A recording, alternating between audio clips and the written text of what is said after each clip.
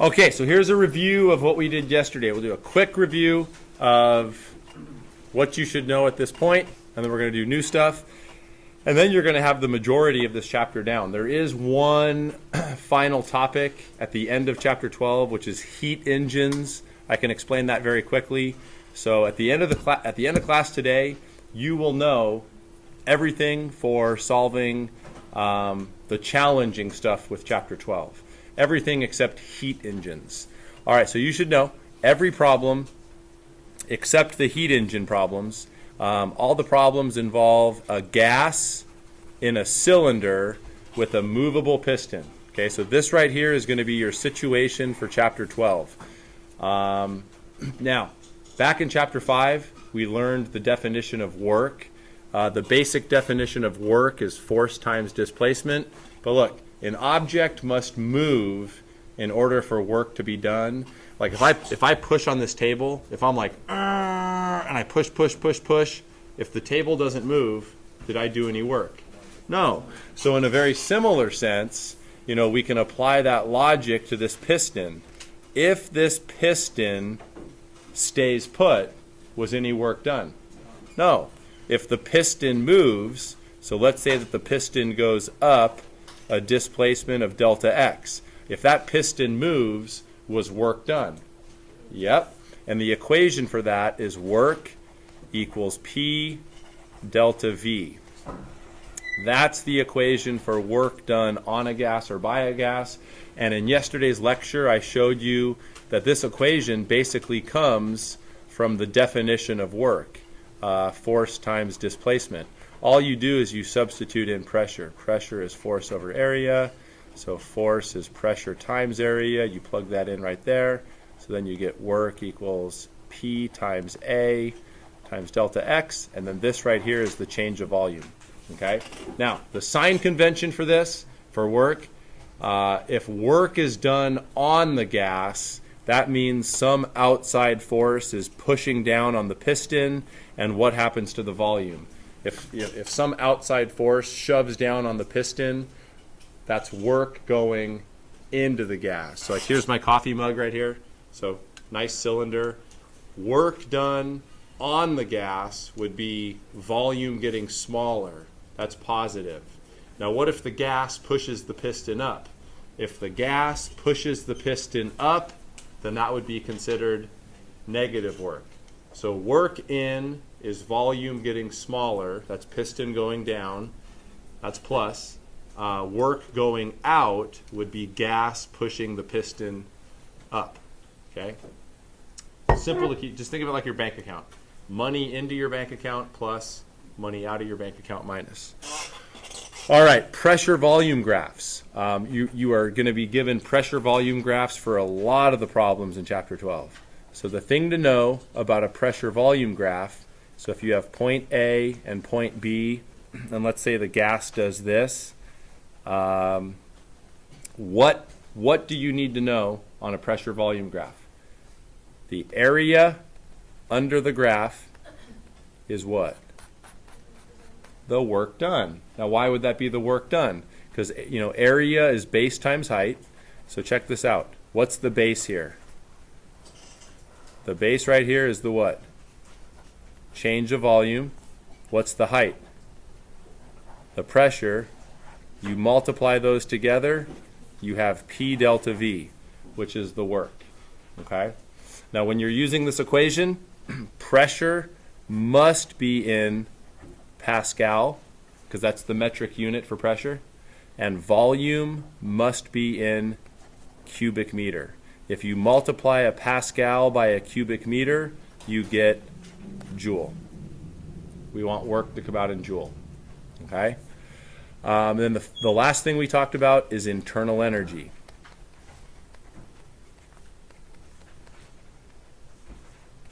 Okay, so internal energy has the symbol U.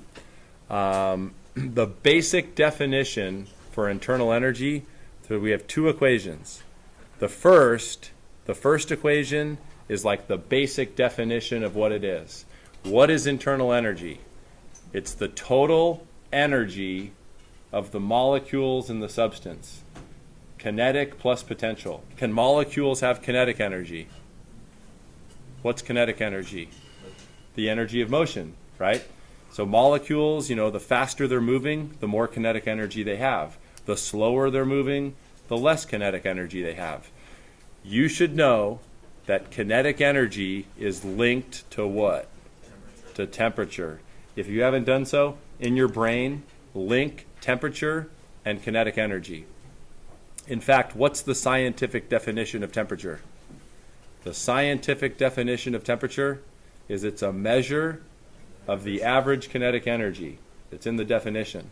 Okay, so temperature and kinetic energy are linked. Now, what's potential energy all about? Potential energy is phase change. Are we going to have any phase changes in this chapter? No, like the gas in this cylinder here. This gas is never going to condense to a liquid in this chapter. Okay? So for all practical purposes, what can we do to potential energy? Just ignore it. Potential energy is not going to be a factor. So for all practical purposes, any change of internal energy is a change of kinetic. And kinetic is linked to temperature. So if the internal energy changes, the temperature changes because the kinetic changed, right? Now what's the second equation? The second equation is how you actually would change the internal energy. The first equation is fine and dandy and it's great. It's the basic definition of what internal energy is. But the second equation is how you would actually change internal energy. So what are the two ways to change internal energy? So Q is heat, W is work. So the way you change internal energy, you can either add or remove heat, or you can add or remove work. Okay, and then what's the sign convention for equation 2?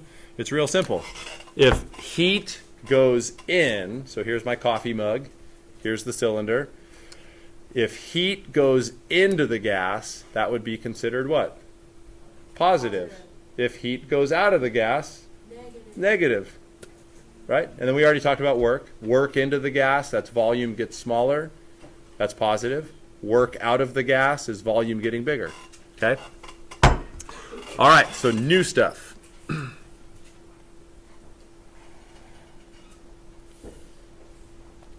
All right, so this is from, these 6 things are taken from my lecture notes, and I'm going to talk about each one.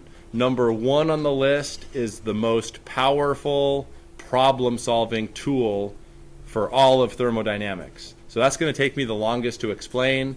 Once I'm done with number 1, because I don't want you to think each one of these is going to be a 5-minute explanation. Number 1 on the list takes the longest to talk about. All right, so the first thing, the change of internal energy is 0 for any complete cycle. So let's start by putting a complete cycle on this graph here. So a complete cycle is where you start and stop at the same point. So we got A, B, C, D. So we'll make this cycle run clockwise like this.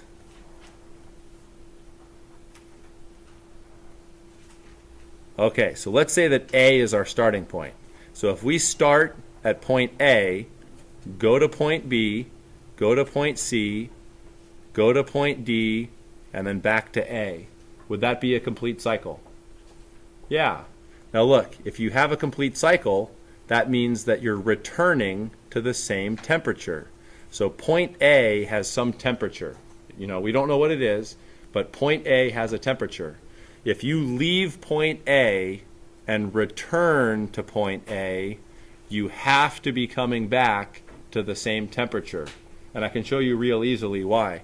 So hopefully you recognize this equation. PV equals nRT, the ideal gas law. I'm assuming you know this, right? PV equals nRT. So look, point A has a pressure and it has a volume, right? So if you leave point A and come back to point A, you're returning to the same pressure at the same volume, right? I'm circling what didn't change, with the same number of moles. Now, how do I know the moles didn't change? Because here the gas is in this cylinder. Can the gas leak out? Nope. So it's the same number of moles. The gas is trapped in there. And then R is the gas constant.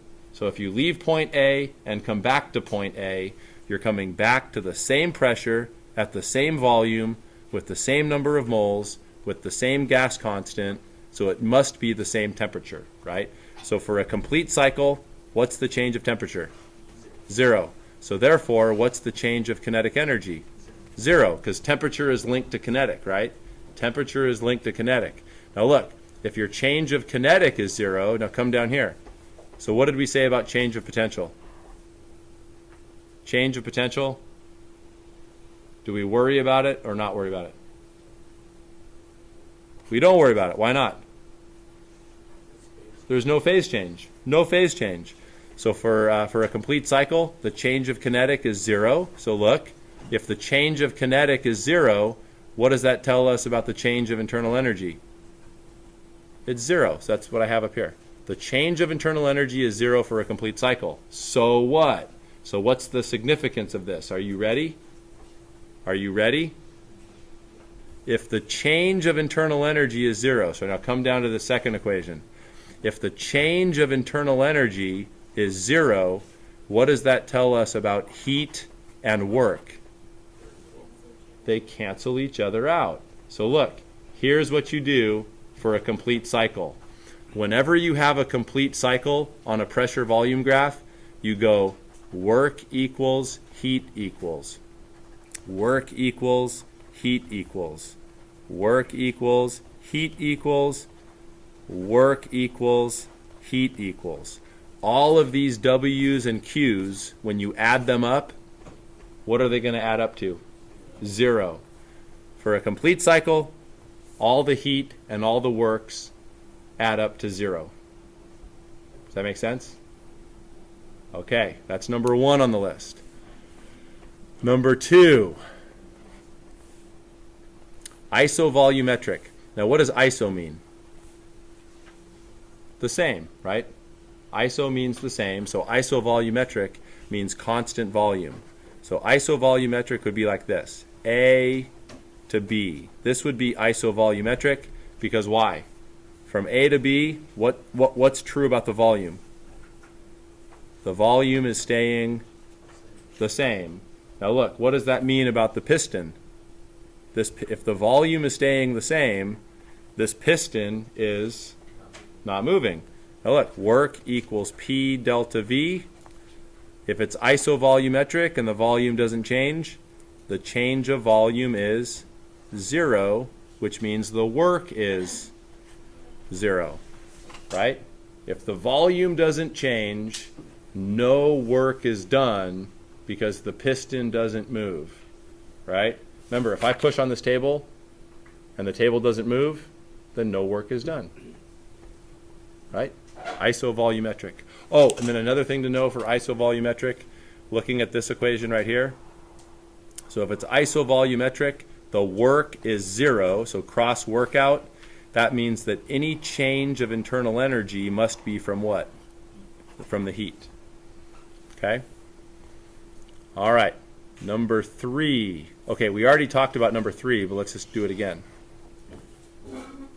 So number 3 says, if the volume of the gas is increasing, then the work done is negative. So that'd be like this. It's like A, B, volume getting bigger, right? Which way is the piston moving? Up. So this would be work negative, right? Pistons going up, that's work going out of the gas. If you have a process where it's like this, like A to B, if it's like that, then which way is the piston going? Down. That would be work as positive. All right? Okay, number 4. Okay, for number 4. For complete cycles on a pressure volume graph, if the cycle is clockwise, the net, meaning total, the net work done is negative. Now look, should you just memorize this? Should you say clockwise, net work is negative? and say it 1,000 times until you memorize it? Because you're not going to understand it. So I'm going to explain why this is. Here's why. So I'm going to put up a clockwise cycle. So A, B, C, D. Like this. So here the cycle is running clockwise. Now, there's 4 steps to that cycle, right? We have 1, 2, 3, 4. How many of the 4 steps are doing work? 2, right? Which 2 steps are doing work? A to B and C to D, right? B to C doesn't do any work because there's no change of volume. The piston doesn't move. Same thing for D to A. There's no change in volume. The piston doesn't move. Okay? Now, which step is doing more work? Is A to B doing more work, or is C to D doing more work? Well, let me show you. Let me show you on the half. So what would the work from A to B look like? The work from A to B would be the area all the way to the x-axis, all the way down, right? Like that. You take the area all the way down. Now, what would the work from C to D be?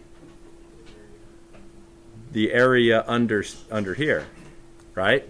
It's just from C to D, the work would be there. Now, which has a bigger area? A to B. So that work is going to win. So the work from A to B, is it plus or minus? Minus. I'm going to put a big fat minus there. Why did I make it big? It's a big fat minus because that area is bigger, right? The work from C to D, is it plus or minus? Plus. I'm going to put a little plus. Right? Which work wins? A to B. So notice, if a cycle is clockwise, the net work is negative. Now, by the way, what would the net work be? The net work is the difference between the 2 areas, right? So A to B, the work was all this. C to D, the work was this. So what will the total work be? The total work would just be the area inside the box, right? If you take the area inside the box, then that's the total work A to B and C to D combined, right? Okay, 5. Now, guys, little intermission here almost. The word adiabatic, I'm going to help you remember it. How many of you guys have a piece of crap cooler at your house? I have one. In fact, who did Habitat for Humanity? I brought my piece of crap cooler. That was my red one. That's my no offense. You know, I don't want you to feel bad that I brought my junky cooler, but I did. I'm like, I don't need my good one. My good cooler, that's for like long camp trips. But look, what makes a cooler crappy? The crappy cooler is, you know, you take it camping, you go to the camp store and buy the hugely overpriced ice. You put it in the piece of crap cooler, and you come back 2 hours later, and what happened to the ice? It's all melted. How many of you have a cooler like that? It's like it's about as effective as a cardboard box, right? Okay, a piece of crap cooler is not adiabatic. So this word here, number 5 on the list. What does adiabatic mean? Adiabatic means no heat in, no heat out. Or if you have a really nice coffee mug, like I said, they sell them at Starbucks, those little vacuum chamber, like in between like vacuum walls. Is it perfectly adiabatic? No, but it's way more adiabatic than like a glass coffee mug. So what does adiabatic mean? No heat in, no heat out. So looking at this equation right here, if a process, if they tell you that a step is adiabatic, what can you do to the Q? Cross it out. So that means if it's adiabatic, any change of internal energy is from what? The work. Any change of internal energy is from the work because there's no heat. Okay? All right, last one on the list, number 6, isothermal. And then we're done. All right, so isothermal. Isothermal means the change of temperature is 0. What is temperature linked to? Kinetic. So if the change of temperature is 0, that means the change of kinetic is 0. All right, so now look at this equation right here. Change of potential, forget about it. There's no phase change. If it's isothermal, change of kinetic, also 0. So if it's isothermal, there's no change of internal energy. So now look at this equation. If there's no change of internal energy, if that's 0, then what has to be true about Q and W? They're equal and opposite. Right? So Q equals negative W, or W equals negative Q. Right? It's like this. Look, here's your gas, my coffee mug. If work goes in, what pops out? Heat. If heat goes in, work pops out. Right? If one goes in, the other comes out. If one comes out, the other goes in. That's isothermal. Okay? You know what? I lied to you. I have one more thing to say. You're going to have questions where you have to figure out what happens to temperature. So for example, okay, this is the final thing. A to B. Let's put A right here, B right here. What happens to temperature from A to B? What must be happening to the temperature? Well, here's what you do. What law can we use? I'll give you a hint. What's in here? It's a gas. What's the law for gases? PV equals nRT. So from A to B, what stays constant? Pressure is constant. What else is constant? Moles, because the gas is sealed. R, right? The things I circled are constant. So what changes from A to B? The volume. So what happens to volume? It goes up. So if everything else is constant, what must happen to temperature? It goes up, right? If volume goes up, then temperature goes up. Does that make sense? Yo. The volume is the volume of the gas, right? Oh yeah, the volume is the volume of the gas. Yep. All right, so we're going to look at an example. But look, we've pretty much gone through everything you need for solving these problems. Yeah. Wait, so I don't understand. Yeah. So for number 3, Uh-huh. how come the volume increases for it's negative? Oh, so for right here, if the volume increases, Yeah. okay, because the piston, if the volume's increasing, that means the piston's moving up. You know, it's like the gas is pushing up on the piston, which is work. That's work going out of the gas. Just imagine the gas as being like a person, you know, in there, and the gas is like, you know, like that. The gas has to push the piston out, as opposed to something outside pushing the piston down.